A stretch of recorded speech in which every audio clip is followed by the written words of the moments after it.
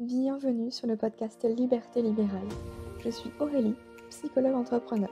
Pendant longtemps, j'ai fait ce qu'on attendait de moi, jusqu'au jour où je me suis autorisée à sortir du cadre et à m'épanouir pleinement. Avec ce podcast, j'aimerais vous aider à créer une activité qui vous ressemble. Alors ensemble, incarnons les thérapeutes de demain. Bonjour à tous et bienvenue sur ce nouvel épisode du podcast Liberté libérale. Aujourd'hui, on va aborder le sujet des programmes en ligne et de la crédibilité et notamment comment créer un programme en ligne qui renforcera ta crédibilité en tant que thérapeute. Parce que je sais que c'est un sujet, j'ai animé un challenge la semaine dernière et il y a eu beaucoup cette question qui est revenue, la peur de pas créer quelque chose de suffisamment qualitatif, de perdre en crédibilité suite à ça. Donc aujourd'hui, on va voir, justement comment, créer un programme qui va te permettre de renforcer ta crédibilité et non pas, de la perdre tout simplement. Parce que probablement que tu as saisi le potentiel de créer ton programme en ligne, surtout si tu me suis et m'écoutes depuis un petit moment. Mais il y a peut-être encore ce petit syndrome de l'imposteur qui est là, qui prend probablement toute la place et qui t'empêche de passer à l'action. Donc peut-être que tu as peur justement de ne pas avoir assez de connaissances à transmettre. Peut-être que tu as peur de ne pas proposer un contenu suffisamment qualitatif. Et tu te dis, bah aujourd'hui on trouve tout sur Internet. J'ai pas envie de proposer quelque chose qui pourrait se retrouver partout.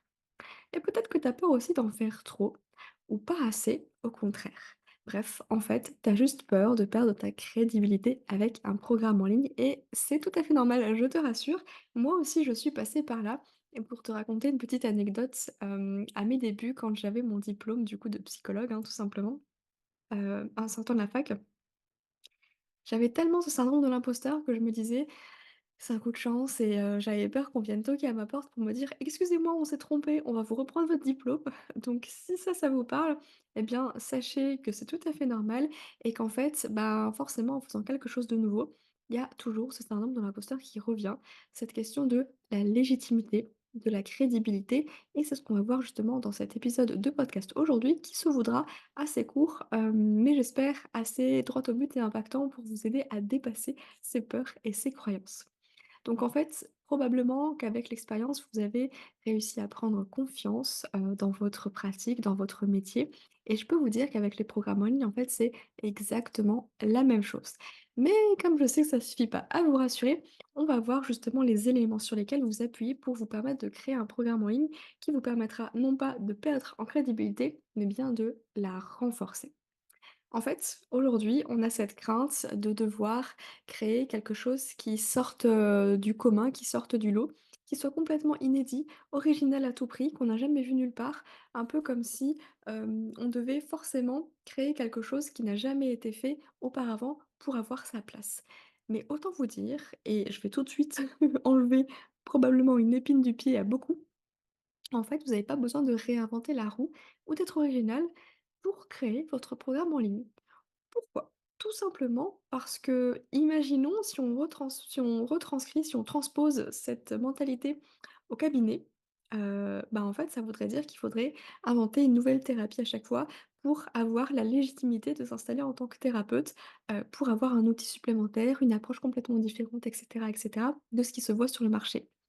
Or, ce n'est pas le cas et heureusement, il y a déjà bien de thérapies différentes comme ça qu'on nous-mêmes en tant que pro, on s'y perd donc imaginez auprès des patients ce serait, juste, impossible, trop de choix tue le choix. Je sais pas si vous la connaissez cette étude? Tiens, ça me vient en tête, mais bon bref. Continuons sur cette lancée plutôt, on va pas s'éparpiller. En fait, la peur d'être, peut-être, de faire comme tout le monde, elle est tout à fait normale, elle est tout à fait légitime. On a envie d'apporter quelque chose de supplémentaire, ce truc en plus qui fait que, bah oui, on a notre place. On a, cette légitimité à être là. Mais en réalité, votre légitimité à être là, bah, vous l'avez déjà à partir du moment où vous avez une expertise à transmettre, à donner.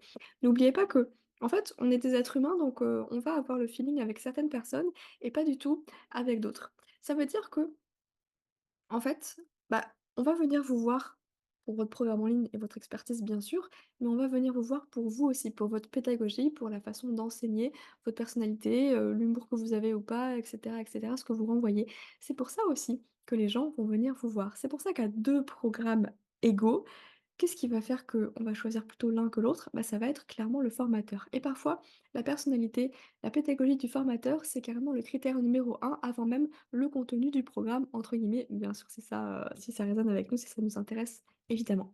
Donc n'oubliez pas cet aspect-là et pour vous donner une anecdote, il y a quelques, semaines, j'ai acheté une formation en ligne sur le piano, voilà, hein, il y a des formations en ligne sur absolument tout, donc franchement, vous avez votre place clairement dans ce milieu-là et j'ai acheté cette formation, après avoir suivi la chaîne du coup du formateur, la chaîne YouTube du formateur. Il proposait plein de vidéos, plein d'exercices, bref, c'était hyper chouette et j'ai pu suivre, bah, du coup dans ma découverte de l'apprentissage du piano, plusieurs chaînes YouTube qui nous apprenaient, bah, les bases du piano pour les débutants et cetera et je peux vous dire que en fonction de certaines personnes, il y en avait avec qui j'arrivais pas du tout, mais alors pas du tout à accrocher parce qu'en fait la pédagogie, ça rentrait pas. Je comprenais pas en fait, ce qu'on était en train de m'expliquer, alors qu'une autre personne qui allait l'expliquer à sa manière, ça rentrait tout seul.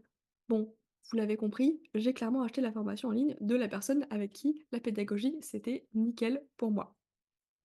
Donc vraiment, pas besoin de réinventer la roue, d'être original. J'ai envie de vous dire, faites simple et efficace. Vous avez probablement des outils que tout le monde connaît, qui sont simples, efficaces, mais que personne n'applique. Parce que on a cette croyance de bah, si c'est trop simple, ça va pas marcher. Ou ah bah oui, je connais déjà, mais personne ne le fait. On va prendre l'exemple de la cohérence cardiaque. Maintenant, pratiquement tout le monde connaît les bienfaits de la respiration, même de la méditation, etc. Qui le fait? Vraiment, qui le fait concrètement? Bon, bah, votre rôle à vous, c'est d'amener justement une pédagogie qui donnera envie de le faire, et de faire passer aussi tout l'intérêt de l'exercice, et de cette chronologie-là pour aider votre futur client, bah, à aller mieux avec votre programme en ligne, tout simplement. Donc ça, c'est la première chose, pas besoin de réinventer la roue, OK? Faites simple et efficace. C'est très bien comme ça.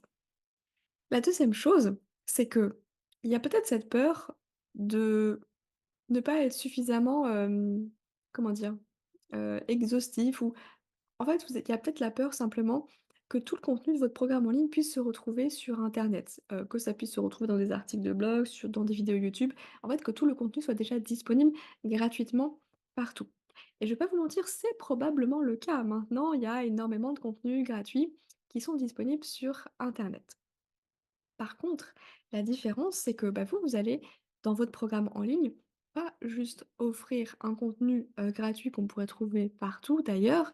Vous allez offrir un process, une méthodologie. Vous allez simplement mettre en ordre les vidéos explicatives, les exercices à réaliser, les outils que vous transmettez dans un ordre très logique et précis. Ce qu'on ne retrouve pas, par exemple, sur une chaîne YouTube.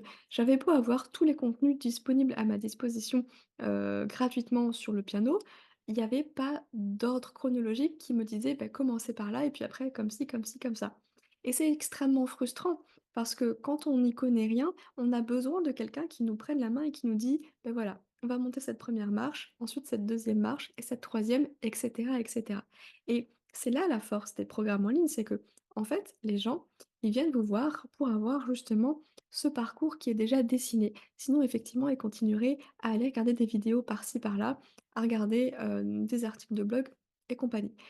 Mais faut bien prendre en compte que ça, c'est pas suffisant pour que les gens passent à l'action.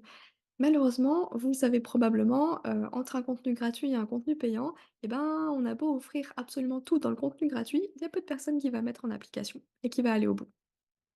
Le fait de payer, d'avoir un investissement, c'est exactement comme en thérapie, et ben, cet échange financier permet de s'engager davantage dans le processus, de guérison.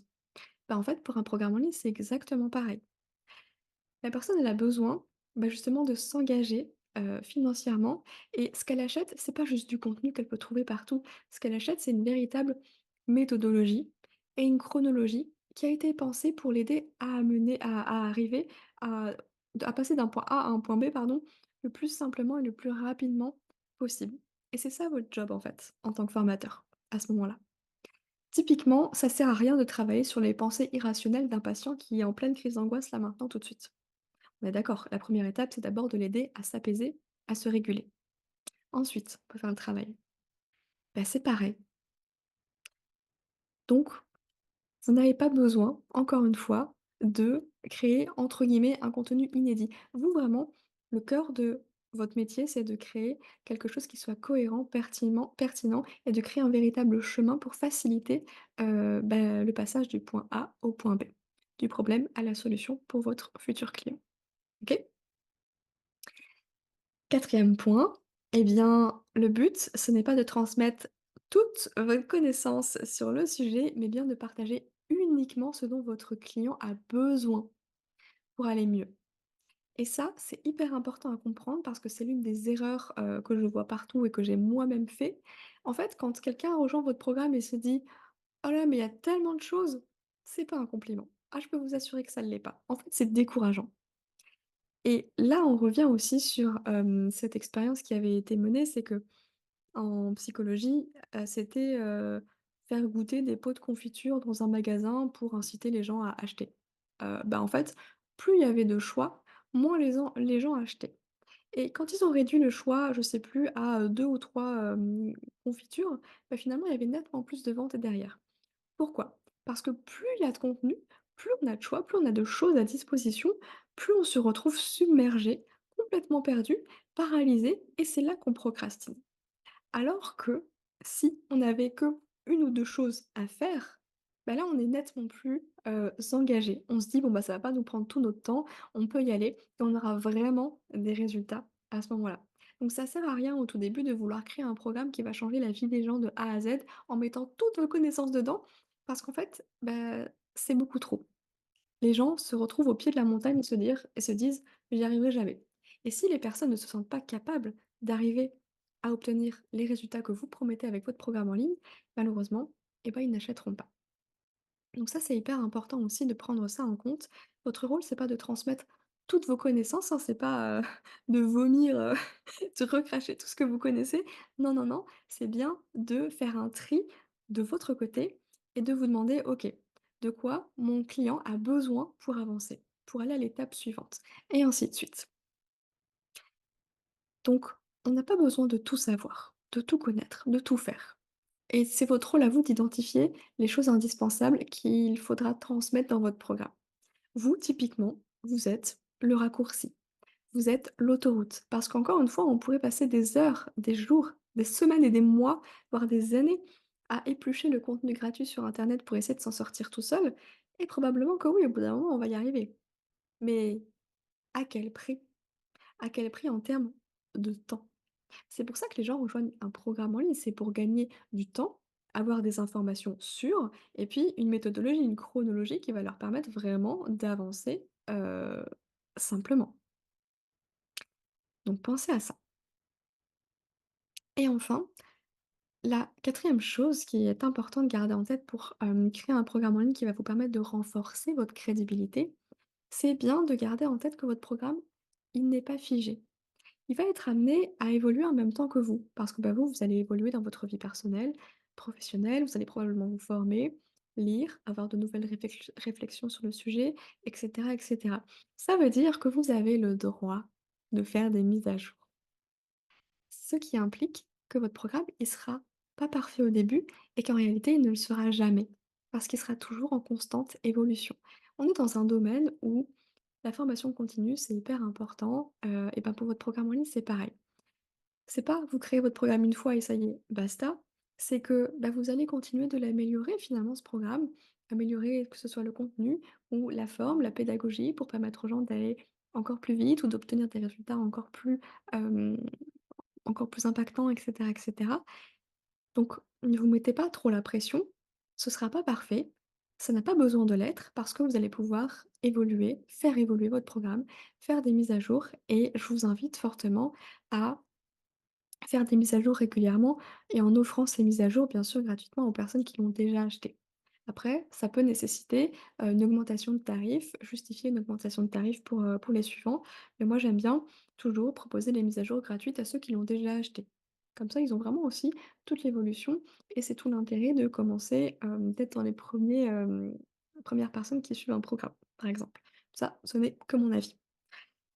Donc en suivant tout ça, ça va vous permettre vraiment de créer un programme qui renforcera votre crédibilité. Donc je récapitule, c'est que vous n'avez pas besoin de réinventer la roue d'être original à tout prix. Hem, Vous n'avez pas à, hem, avoir peur que tout le contenu se trouve déjà gratuitement sur internet parce que vous, vous proposez vraiment un chemin à suivre, une chronologie pertinente. Votre but n'est pas de transmettre toutes vos connaissances sur le sujet, mais bien de faire le tri pour apporter à votre client ce dont il a besoin et uniquement ce dont il a besoin pour arriver à s'en sortir. Et enfin, votre programme en ligne, il n'est pas figé, donc enlevez-vous cette épée de Damoclès là de perfectionniste qui vous empêche, d'avancer et de vous lancer tout court.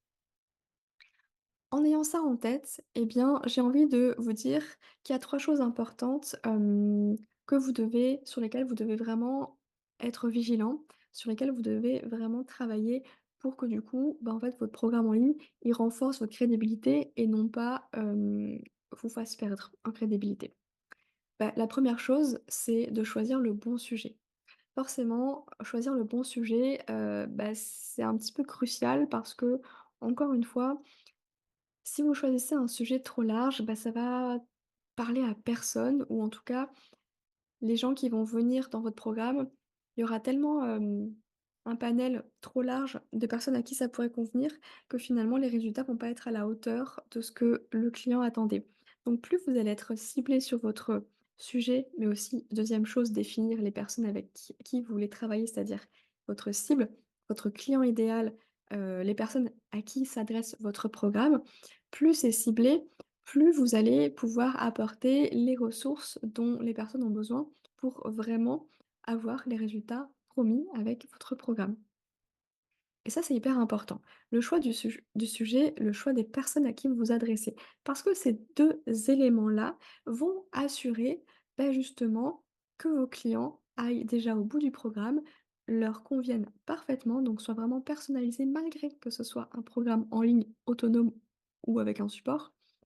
Et ça leur permettra vraiment d'obtenir des résultats, une transformation, donc vous, de la preuve sociale, des témoignages clients qui vont venir renforcer aussi votre crédibilité, l'image de votre programme et amener encore plus de ventes par la suite.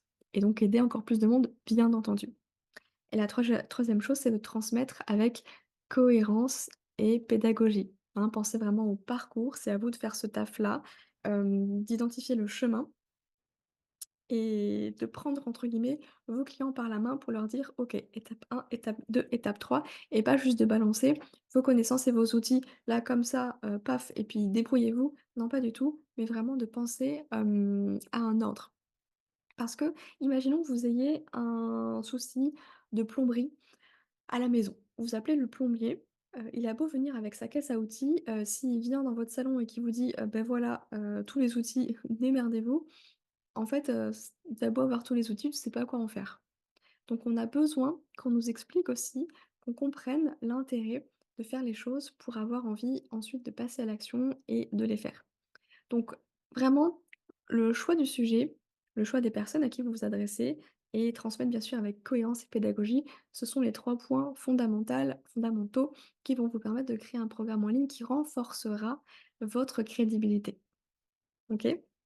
Et tout ça, je l'enseigne justement dans le module 1 de l'école Liberté Libérale sur les fondations, parce que c'est la base de la base.